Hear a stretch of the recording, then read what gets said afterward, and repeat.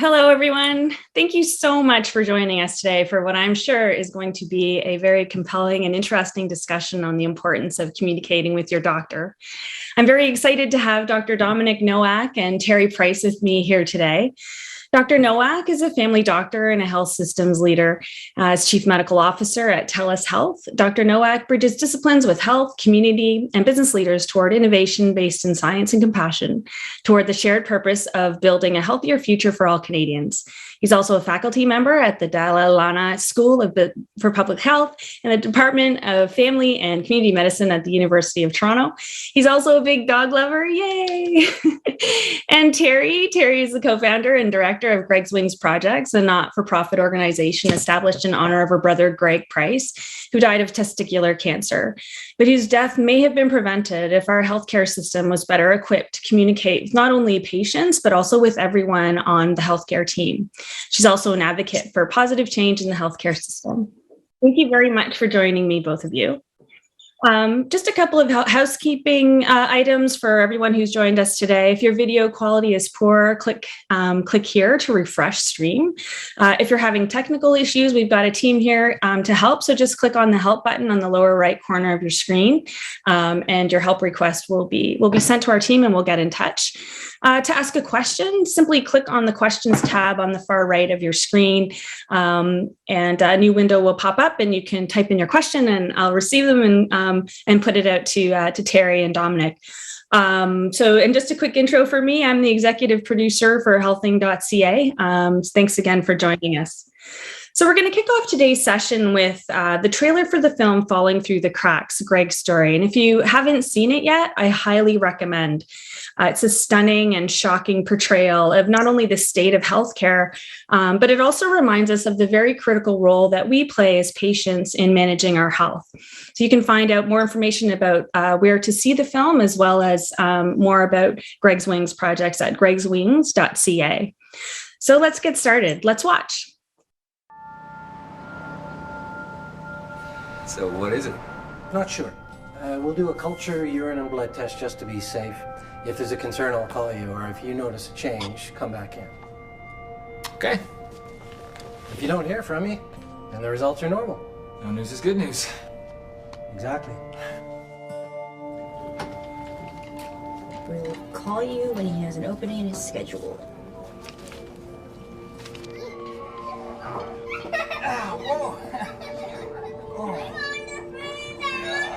Come here. You okay? Yeah, I'm fine. Yeah, it didn't look fine. I'm gonna speak with your referring doctor directly, but I want to let you know what we found. Okay. Sounds serious. So no one's contacting me because it's not urgent? I don't know. So I'll refer you to a urologist. He's very good, very experienced. We'll fax it over today. I would hope you'd have an appointment in the next couple of days. Are you serious? He's away for 2 more weeks? Okay, no, look, I have to see someone else then. Didn't anybody discuss this with you? No.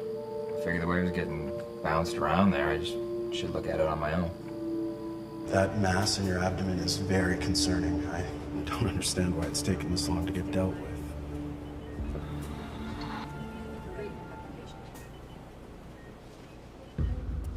All right, this is just a blip in the road. I just need to start the chemo.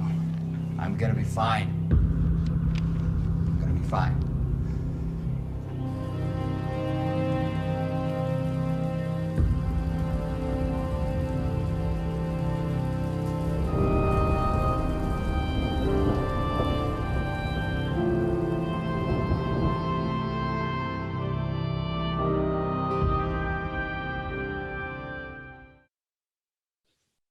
Wow, that I know, Teri, you have seen that a gazillion times, but I've seen it a handful of times, and every time it makes my stomach clench.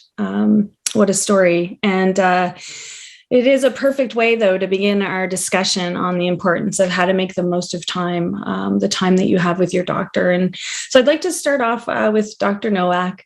How important is it for patients to be prepared with questions for an appointment with their doctor? Yeah, this is probably one of the biggest barriers that people have actually to getting good, kind, careful care in our health system. We have an agenda as health professionals. We want to get through that medical part of the visit, take a history, get to some kind of a diagnosis or tentative diagnosis, and recommend some form of treatment. But that might not always match up with what people or caregivers or loved ones are looking for from that particular visit. And the video that we just watched is such a powerful example of that, of where the moving pieces between all those visits just didn't line up. Right, there were probably many moments during that journey where that no news is good news conversation. Well, actually, that you want to find out, right? Or the discontinuity. What do I do if my health professional is away? Actually, you need to have some kind of system in place so that you know who to reach out to if something happens. And then not knowing what the journey holds or what the next few weeks or months or years hold, those expectations throughout.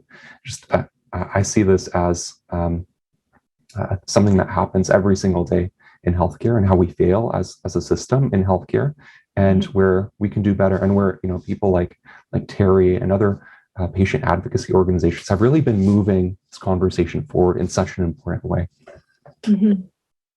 Now, any question about or any discussion around the communication between doctors and patients always seems to come down to, the feeling that you're like, when you ask questions, for example, that you're sort of challenging, the doctor's authority or the doctor's opinion. And I'm going to ask Teri to weigh in on this one from a patient perspective. What would you say to someone who said, really, I have all these questions that I want to ask, or even a second opinion, but I feel like by asking that, I'm challenging.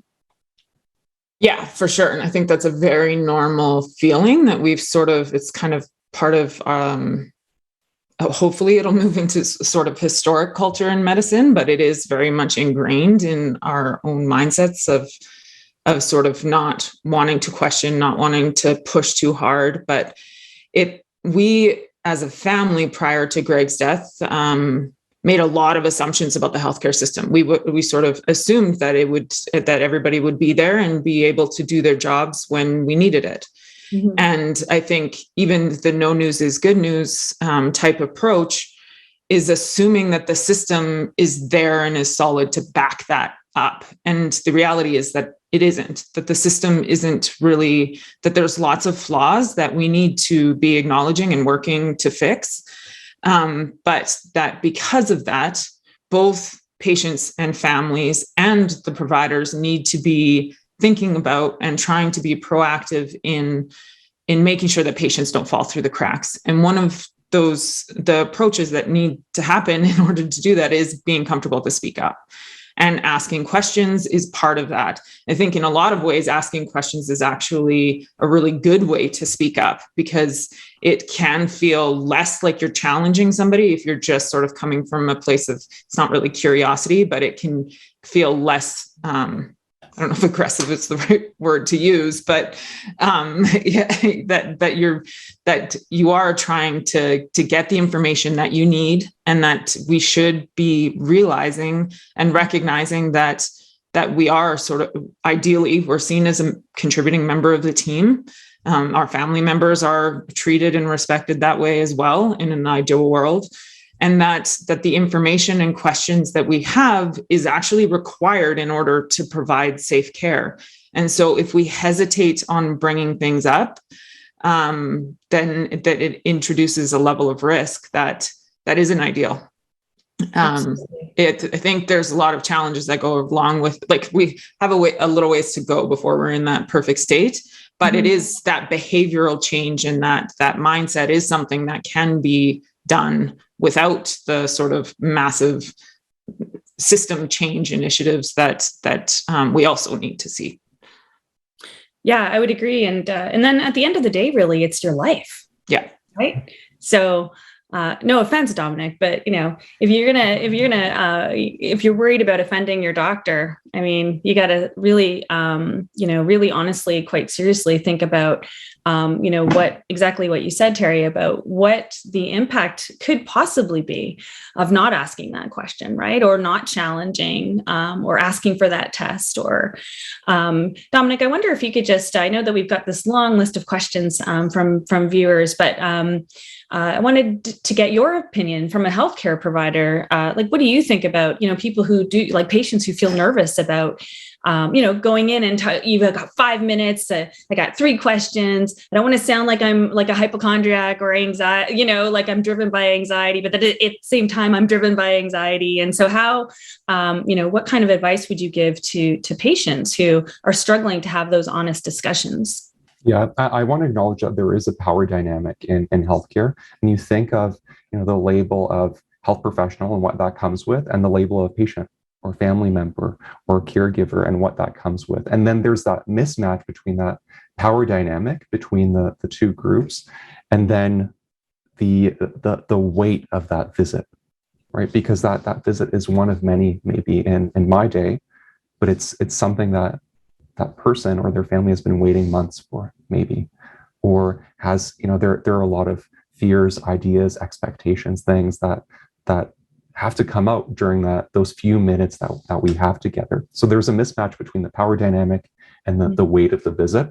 And that's why asking questions is really so important for people. And I see it as something that builds the relationship, right? And that's where it actually makes a difference.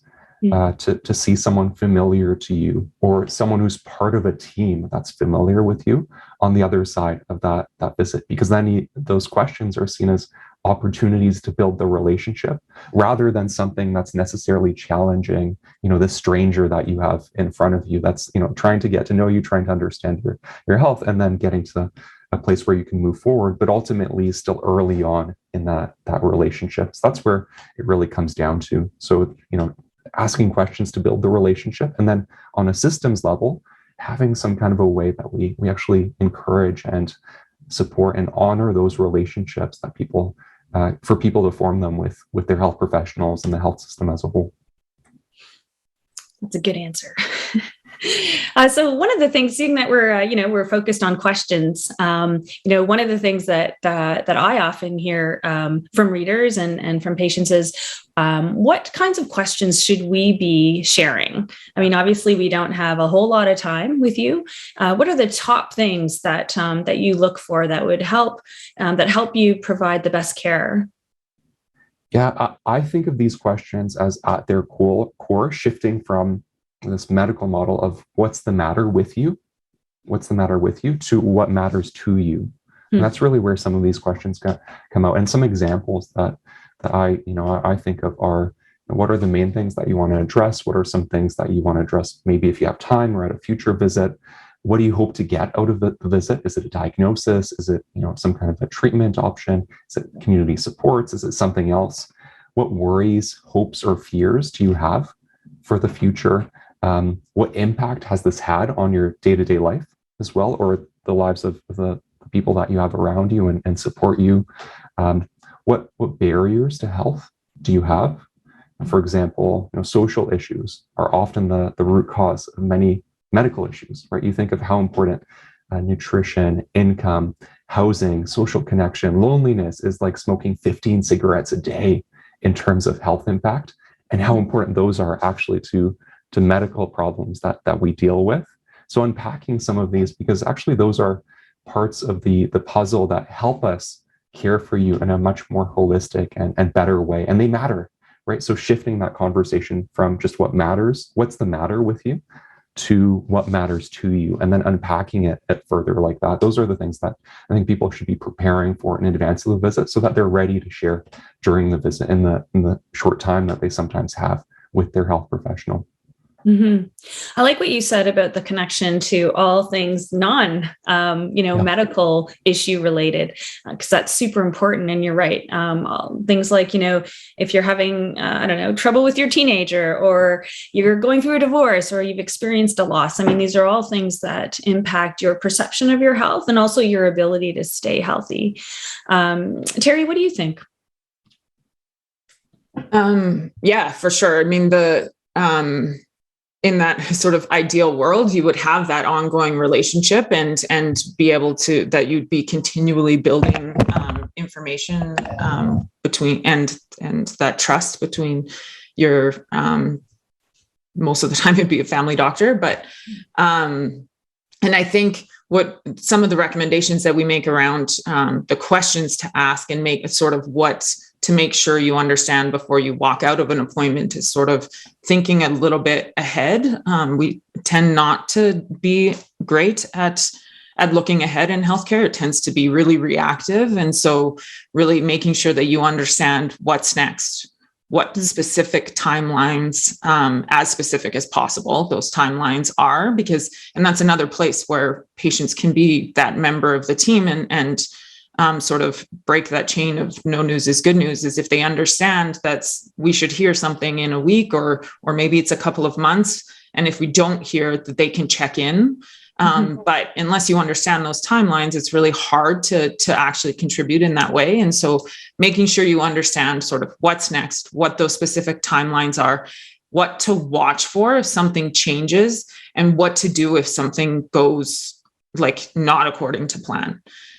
Because that was something that we struggled with and always want to make sure that people do have that understanding. It can actually alleviate quite a bit of stress, I think, if you know that, oh, I watch for this, and if this happens, this is what I need to do, versus it being sort of you walking out of the appointment being like, I'm not really sure what the plan is, or when this next thing is going to happen, or when, if something starts to change, what do I do? Do I go back to that clinic? And if I can't go there, is the default the emergency room, which I think potentially happens too much now, is that the default ends up being the emergency room. Yeah, no, and I think that that's a really good point, especially with COVID. We were going through that period where a lot of people didn't go to emergency, and now it seems to be one of the main, destinations for people who are having health issues. I wanted to look at, speaking of the pandemic and how, the way we provide healthcare, it's changed. We've moved more to a virtual model. So, I want to hear from Dominik. What do you think? Is this preparation, all this preparation that we're talking about, is it at all different if you're preparing for a virtual appointment versus an in-person? Sure. I would say the preparation is probably even more important for a virtual visit than in person, but they're both important. And I think of, the good and some of the challenges that we have with virtual care in general. And it's really person dependent, context dependent, depending on what your relationship is like with the health system, whether you have a family doctor or not, whether you're seeing a walk-in clinic virtually or not, and some of these other factors. And I think of, some of the amazing things from virtual care. And these are things that, we all recognize. So virtual visits being really good for people who would otherwise have to spend an entire day off work or childcare or caregiving to see me, or have mobility issues, or from even the parking fees at my office would be a huge thing that would prevent them from coming in regularly. And I think to some of the most effective visits that I've had were when we were able to build that relationship over time, and then the virtual visits complemented some of that relationship building and allowed us to actually, see people more regularly, and kind of like a virtual home visit where they didn't need to come to me, but we were able to come together virtually instead and remove some of those barriers that folks have. And then I also think of the digital determinants of health, right? So a lot of us think of the social determinants like income, food security, housing, and so on. But there are also these digital determinants like, internet access, comfort with technology. Do you have family members that can help you set up or navigate that visit? But even, I think for a lot of teenagers in my practice, or people in general, a private space to have deeply personal conversations around mental health, sexual health, many other things that you don't necessarily want everyone in wherever you call home overhearing, right? And many people might actually prefer in-person visits, and so it's a balance of both, right?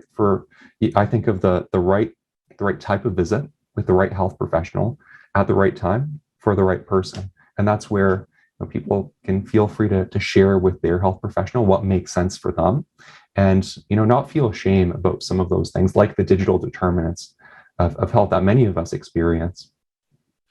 I would argue, as a patient, though, that the virtual delivery, like there's lots that can be lost, right, through the virtual delivery of healthcare. When I think about delivering, bad news, how, not every healthcare provider is skilled at that, especially, they have trouble doing it in person, never mind, with the screen. And so, I'm also looking for Teri's opinion on this, but, do you think, so yeah, we do virtual healthcare. We've had to do it. The last couple of years have necessitated that. But are we doing a good job? And are we, is it a viable way for healthcare professionals to continue to build relationships with their patients while delivering quality care?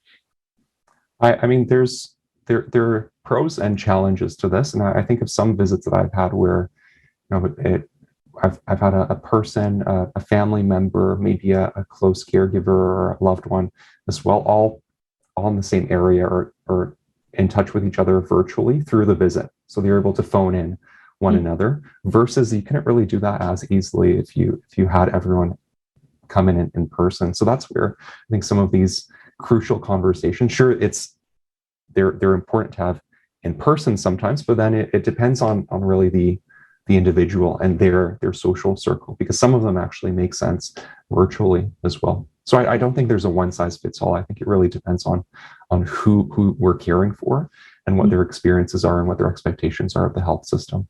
What do you think, Teri? Yeah, I completely agree that it isn't a one size fits all. And I don't think it's, we should be thinking of it as being sort of a separate thing. Ideally, it's sort of seen as being an opportunity, a new tool in the toolkit that we can use. And because we quite often frame a lot of the discussions that we have about healthcare around teamwork in healthcare. And so if you think about trying to enable teamwork and what tools exist to be able to actually enable teamwork, we also, when we're thinking about virtual care, we're thinking about basically any kind of care that's delivered that's not face-to-face. And so it's more than just a phone call or video visits, that there can be asynchronous, being able to connect with, you were sharing the example of additional family members joining in, and that to me, they're team members on that care team. And that is incredibly important. We've also heard examples of other healthcare professionals joining in on conversations that can happen because of virtual tools that most likely it would not happen. You're not really going to get a specialist to come and join a visit at a family practice appointment, because it's just practically that doesn't work. But joining virtually, maybe that is something that we can enable and see more and more of in the future, and that actually sets everybody up for success, because you are sharing some of that. I know from my own experience, we quite often get told different stuff from different healthcare providers, sometimes contradicting each other. Would that actually happen if they were all part of the same conversation instead of it being separate siloed interactions? I think that the collaboration would naturally happen, that the message, we would land in a different place if everybody was part of the conversation at once. And even that could be messaging too. I think that we rely too much on the in-person interactions in healthcare, and really, especially because time is restricted, we need to be thinking about ways that we can actually optimize that amount of time that we have by looking a little bit more broadly about where we can access information, how we can really get everybody that's part of that care team on the same page and being able to make safe decisions and all of the things that go along with effective teamwork. And I really do think that technology and the virtual care tools that exist and have sort of been amplified and sped up because of the pandemic have a place in the future. But we have to be a little bit careful about sort of that siloed, separate virtual care system that really is it's virtual walk-in clinics, which do have a place.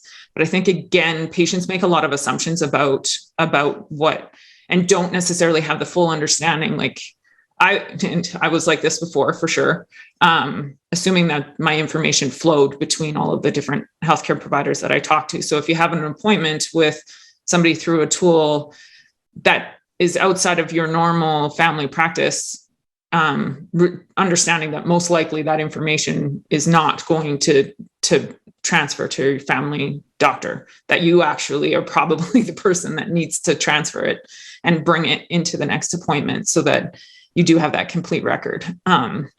Because this is the architecture and the system, it just doesn't exist yet. I think that's a really good point, actually. And it's just one more example of how patients and their families really need to be advocates for their own care, right? You can't really assume anything, and sharing of data is a really big issue right now in healthcare. I wanted to get into some of the detail around, what you communicate to your doctor. We've gotten a couple of questions from our readers. One is, should you remind your doctor about your sexual orientation? Like, how important is that? I would say yes, and anything that's relevant to your health, including gender, sexual orientation, even a chosen name and so on, is so important towards how we care for you in a way that's kind, careful, and acknowledges that there are many domains of health that are not just purely hospitals and clinics, right? There are many domains of health, and we need to take a look at that holistically. So I would say, yeah, all of these things are relevant, and if we're not asking it, definitely it's an opportunity to share. And I think on a bigger picture level, we need to design our systems in a way that promotes having these conversations where people feel safe and free to share whatever matters to them in how we care for them in the health system. And that information is theirs to keep, but also share with their health professionals. Mm-hmm. So you mentioned name. How do you feel when people call you Dominik? We had a question about, how do you address your doctor? They call me Lisa. Is it okay if I call them Frank? Some doctors do insist on, being called doctor. Well, what are your thoughts on that? Yeah, I'll acknowledge that there are different preferences around this, and different people will answer this question differently. I'm pretty no nonsense in this. I've been called much worse. And I like to say that people can call me whatever they'd like. That helps the relationship as well. So I'm not really picky around how people address me. I'm more picky in how we're building that relationship, how we're getting to that point of shared understanding, and how we're making sure that our priorities during the visit, and then in terms of that journey of care, are on the same page, right? Rather than the nitty gritty of how someone calls me. So I can call you Domi. Yeah, exactly. Okay, Domi and Teri. Next question regarding the deets within the appointment is, what do you do if you are trying to get through an issue and your doctor keeps looking at their watch? Teri, what do you think? I'll ask you first. In an ideal system, you would be able to build the team that you trust. And that, to me, is a signal that you may want to switch providers. And it's part of that as well is really supporting the people that aren't doing that we're celebrating the doctors that are providing that kind and careful care. But the reality of the system, that switching doctors is not an easy thing to do. That it's potentially, you might not be able to just be like, oh, well, these guys are accepting patients down the street, I'll just move to them, because finding a family doctor is challenging. I think one of the other things that we quite often try and encourage people to recognize is the role that other people in the clinic can play. And so recognizing the information that you need specifically from the doctor, but also looking for those other sort of team members that also can support the experience and provide the information that you need, that may not solely rely on on a physician or on that person that you're struggling with. We've had multiple interactions with the healthcare system where it was a nurse in the clinic or a nurse on the unit that shared some information in a separate conversation that completely changed the trajectory of the journey that we had in the healthcare system. And so looking for the other people that have some of that knowledge, and I think the same can be true from some of the sort of medical office assistants in the reception in clinics. They have a lot of information and knowledge and experience in sort of referrals or getting diagnostics or how fast diagnostic reports come back into the clinic. Some of that information that's really important. You don't want to ask them about the medicine, the report, but all of that information can be extremely valuable. And so sort of looking for those additional team members that can completely make the experience better and safer by also looking beyond the it's not just about the doctors. Sorry. I love what Teri shared, because teamwork makes the dream work, right? And if you think of how we need to be looking at, what's the future of healthcare, it's actually involving patients, families, caregivers as key members of that care team. And then also looking at, what does it mean for teams to work together, right? The days of solo practice, one individual working by themselves are over, right? We need to make sure that people are surrounded by a team, either virtually or in person, whether it's in a shared office or not, and that patients, caregivers, and people receiving care and navigating the health system are actually counted towards as a key part of that care team. And I think of the watch example. I think of many of the times, the person on the other side of care is also human, right? We're not perfect.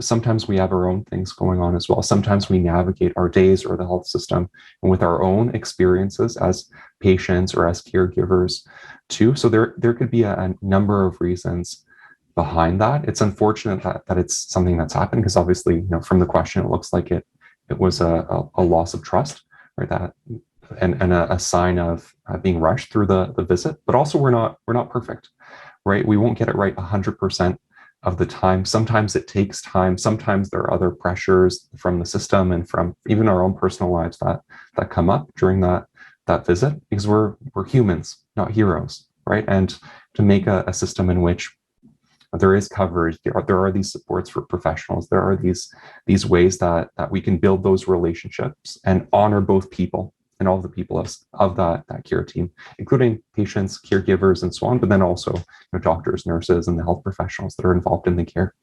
Mm-hmm. So you mentioned caregivers and families, and even friends. How can patients do a better job of integrating them in their healthcare?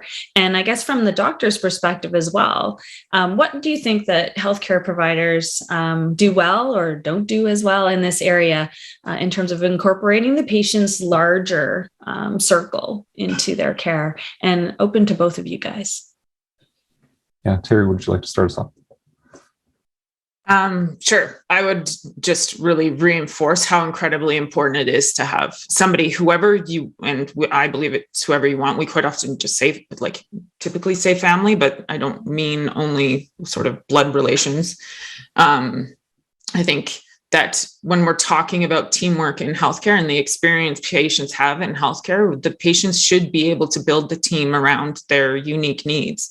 And I think one of the things, too, that we've realized is how incredibly challenging navigating the healthcare system is. And we sort of talked about that culture of being hesitating on speaking up and asking questions and all of that. That is very real. And it's very different from the patient's perspective in that interaction compared to family member. So I went through my own healthcare experience a month after Greg died. And so we were very sensitive to everything that was going on at the time. And it really was, there was a few times where they wouldn't let me have family at the bedside, but most of the time it was my family members that were asking questions and taking notes and making sure that we had all of the information that we needed, because for me to speak up in the moment was completely overwhelming. And we need to acknowledge that that is very normal.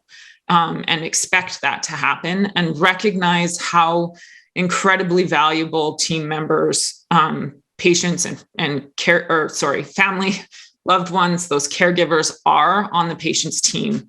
They're the ones that are going to be sort of providing a lot of the care outside of those small interactions that we have within the system.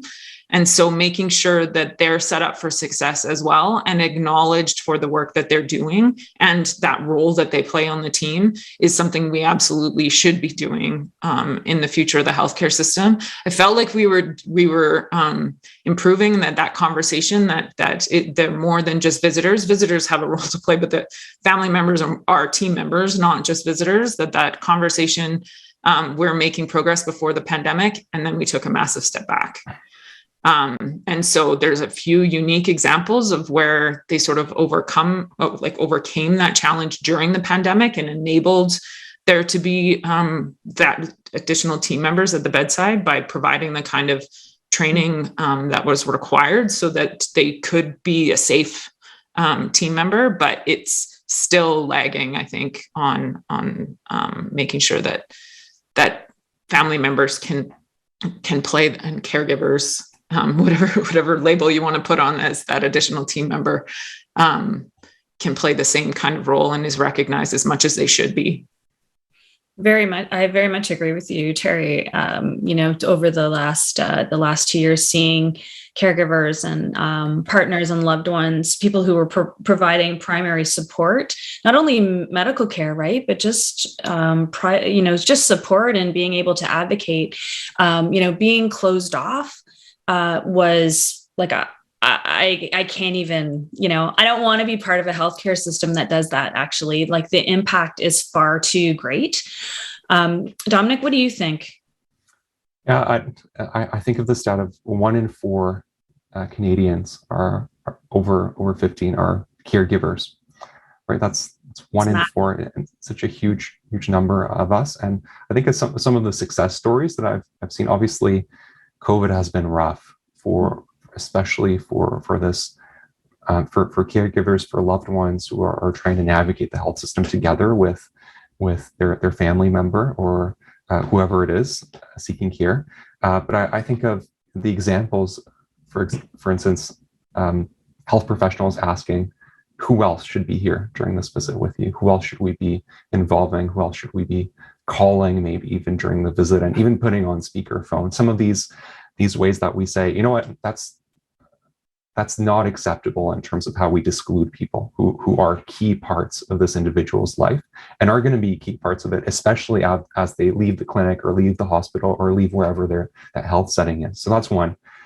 2 are some of the advocacy organizations that have come out as well over the last few years. Have been very strong. I think of the Ontario Caregiver Organization and the Caregiver Hotline, where in many different languages people can get support and even resources on how to advocate for their loved ones, or how to navigate the health system, what supports are out there, and so on. And that's just been an amazing resource for folks.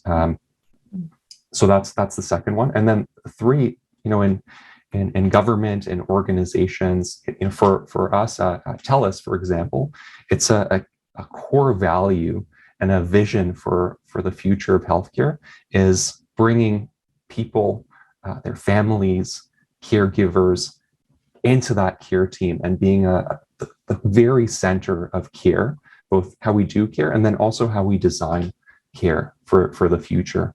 So that's something that we really need to dedicate ourselves to, listening in terms of what's needed, and then dedicate ourselves to acting as well and actually making that happen. Because the advocacy is there, the platform for it is there. Now we need to actually do something about it in terms of how we're involving people, families, loved ones, caregivers, whoever it happens to be, as that core care team, and how we value them as a key part of that care team. I like what you said about the prompt, where you ask, because I think that, even if patients desperately want their partner or next door neighbor, dog walker, anyone to sit next to them during an appointment. I think for some people it's very difficult, especially now that we're coming out of the pandemic and we're not quite sure where caregivers stand in different healthcare facilities. And when you're tired or sick or worried, you don't want to have that fight. And so I think that that's a really important point that you made, for healthcare providers to provide that prompt. And then, as a patient, you have a moment to say, yeah, actually, it's the same with what you were saying when we started the discussion about, talking about what else is going on in your life. I might not say, I just lost my brother actually, and I can't sleep, for example. But if you were to say, has anything, happened in the past little while, and then I might actually that would leave the conversation open. It would give me an opportunity where I feel comfortable and safe to say, I'm actually struggling, So I wanted to tackle another question that just came in. How do you address weight issues and weight management with patients who are living in larger bodies? There's a lot of stigma and shame around weight and conversations around weight. So I think that's really where all of this needs to start, right? So acknowledging that it's not necessarily appropriate to weigh everyone at visits, and moving away from that older paradigm around weight towards one where we recognize that stigma and shame that older paradigm would have caused in many people. So that's really the starting point that I'd share here. So starting from a place of respect, again, shared understanding, and then shared priorities as well in terms of what people actually want to deal with for that health visit, and honoring those priorities. And maybe even, you mentioned advocacy groups, and I would think that that's also another important resource, for patients as well.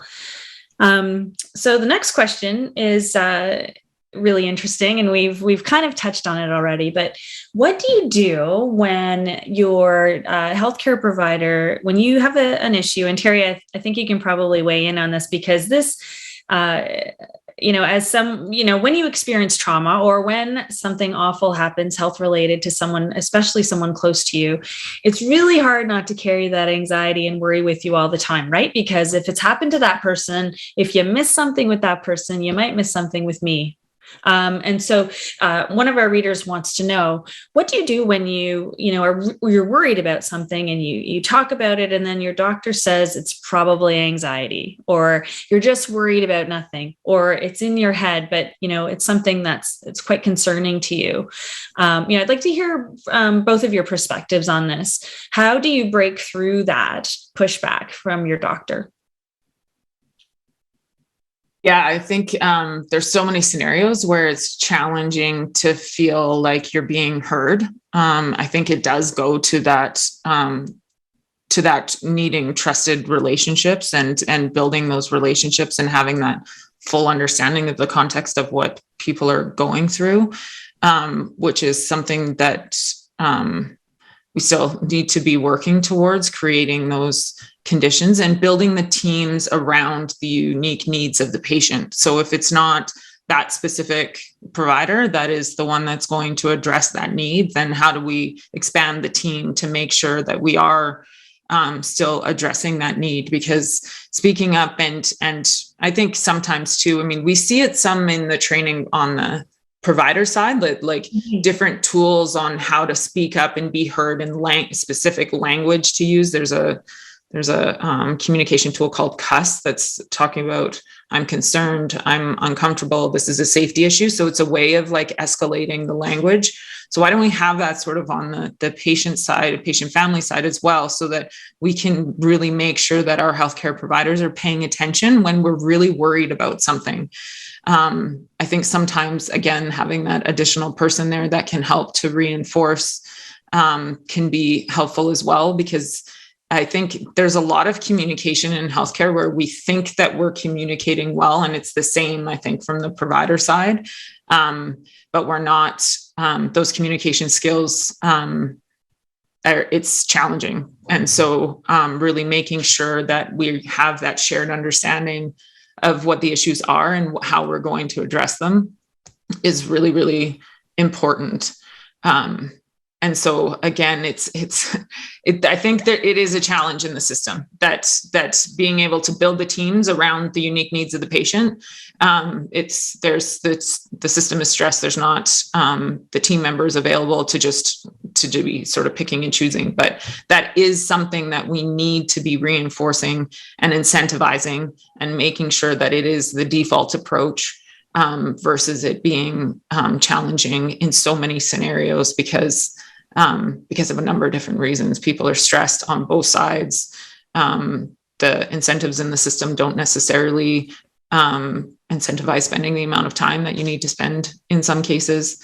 And yeah, there's not a simple answer, but I think just making sure that you are speaking up and using the language, and then looking for the team members and adding those sort of the team members to the team when it's possible to address the issues that are unique to every single patient.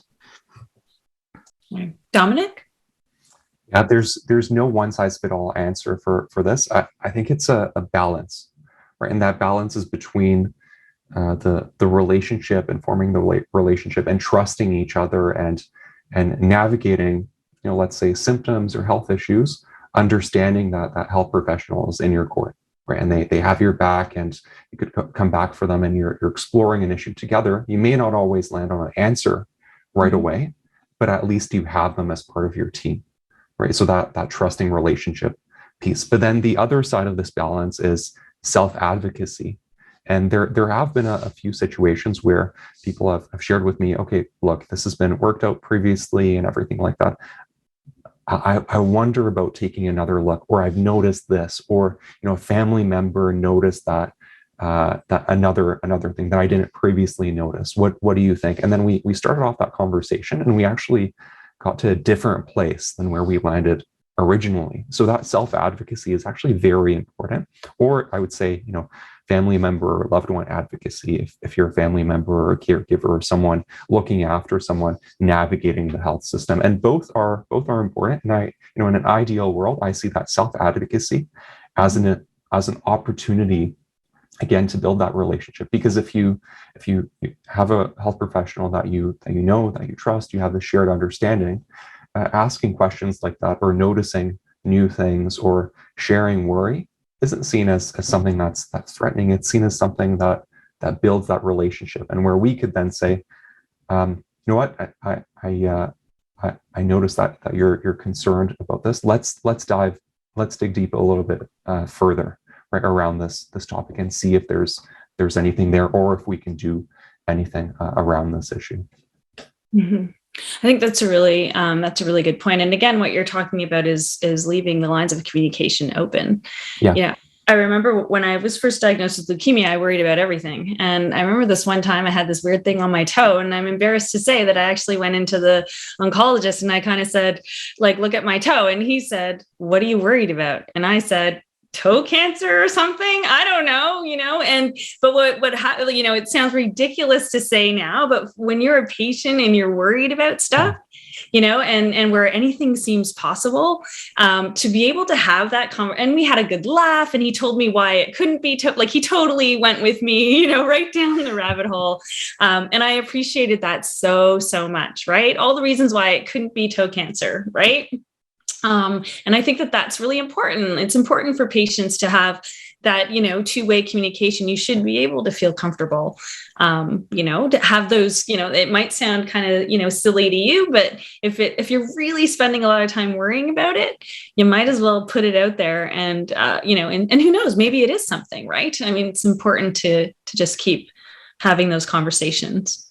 Yeah. And that's where some of these questions really make such a big difference. So if you think of something on someone's toe, right? We might think in our agenda, okay, we need to think of a diagnosis, think of a treatment plan, but really what matters to them could be that this is not something very serious or life-threatening or contagious or something like that. And those questions that we may not immediately, share, but actually are what caused them to come in for the visit. Yeah, exactly. So let's spend a little bit of time on second opinions. This is also something that's a little bit, it's a little bit stressful and anxiety provoking for patients. Love to hear from Teri, like as a patient, what, and I know you went through a lot with your brother, and maybe there was room for maybe a possibility for a second opinion there. And as patients, how do we have this difficult conversation? What feels difficult? And then the flip side for Dominik is, are you offended if a patient comes to you and says, "Hey, thanks for that, diagnosis, but I think I'm going to go down the street and check with, so and so." Teri, why don't you kick us off there?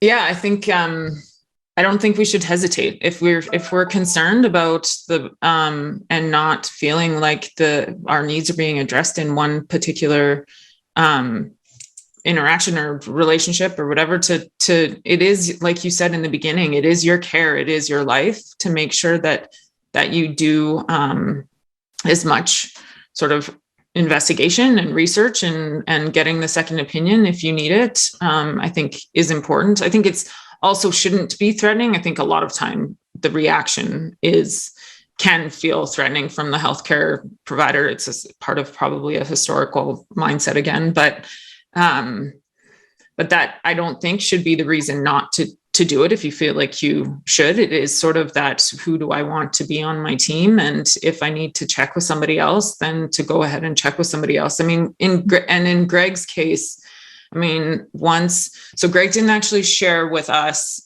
I think he wanted to have a diagnosis and a plan before he shared with his family. He wanted to sort of know what was going on at the time that he communicated with us, because just being vague and it just, his personality, and sure that that's what he was doing.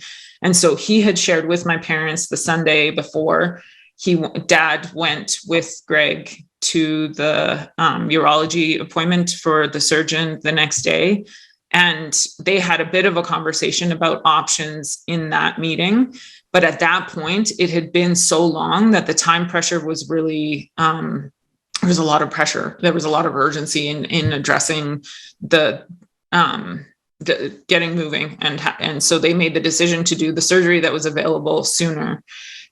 And that interaction wasn't one of those conversations that was an open, trusted conversation, that the idea of a different kind of surgery was really dismissed. And so they went with the choice that was in front of them. That was a couple of days later. And who knows what would have changed if they would have made a different decision at that point. But in that scenario where the time had, there was an urgent need to address the mass and to have surgery and to get on the path for the treatment of cancer. And so ideally you would have been having those conversations about options and having those discussions way earlier. And so I think Greg didn't have access to a lot of the information. The healthcare providers weren't necessarily as open with Greg as what we believe they should be around the concerns that they were investigating. And so there was a number of reasons why it took that long. But I think we do need to, I don't think we can emphasize enough how important and impactful those open, trusted relationships where you can share and come up with a plan together as early as possible, how much of a difference that makes. Because the interactions that Greg had was sort of individuals that were not working as a team, weren't treating Greg as a team, not treating the family as a team when eventually we were invited in. And so there were so many places along that journey that should have been different. And it's partially that mindset, but it's also the system itself not enabling and making it easy to work effectively as a team. Everybody ends up, and everybody, I shouldn't say everybody, but a lot of times people end up focusing on their tasks and accomplishing that piece, because it's hard to think about the impact and to have those and the system doesn't incentivize it to work really well as a team, and especially from the patient's care team perspective. I think we talk about teamwork in healthcare, and the default would be to think about like a clinic team. And when we're talking about the kind of teamwork that we need, it's how do we make it so that the team that the patient needs can work effectively together with patients and families. And then I think we also kind of talk about how at a system level, we need that sort of teamwork at a system level, the collaboration across the silos to actually create the system that we need that enables the right kind of teamwork. What do you think, Dominik? Teri shared so thoughtfully, it's hard to follow. I think teamwork makes the dream work. And in terms of second opinions, I don't think it's a...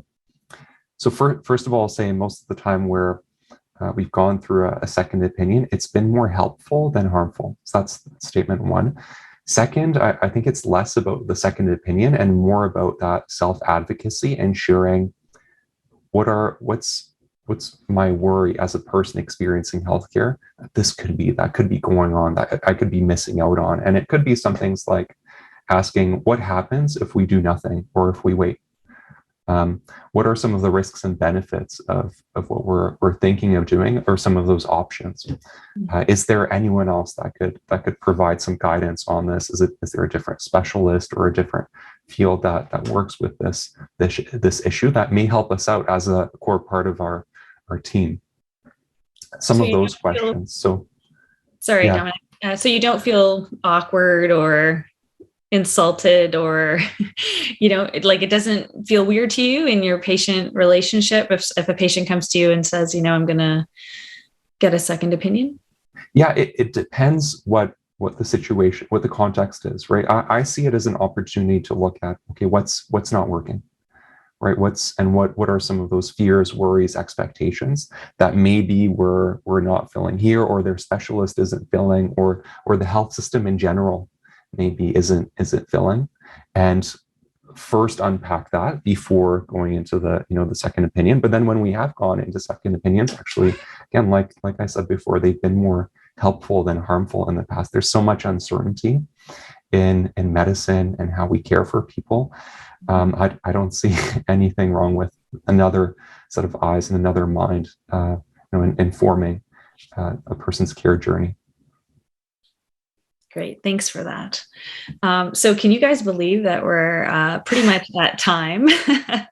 What an amazing discussion. Thank you so much, Teri and Dominik, for joining us today. And for our readers, keep an eye out for Dominik's regular column that he writes for Healthing. And please check out Greg's Wings, Teri's foundation for her brother. It's again, I have to say, it's super important for every person who ever expects to touch healthcare to watch that film. And thanks for all of our viewers and these great questions that we received. It was a really great discussion. Please join us for our next two sessions with Dr. Nowak, or Domi.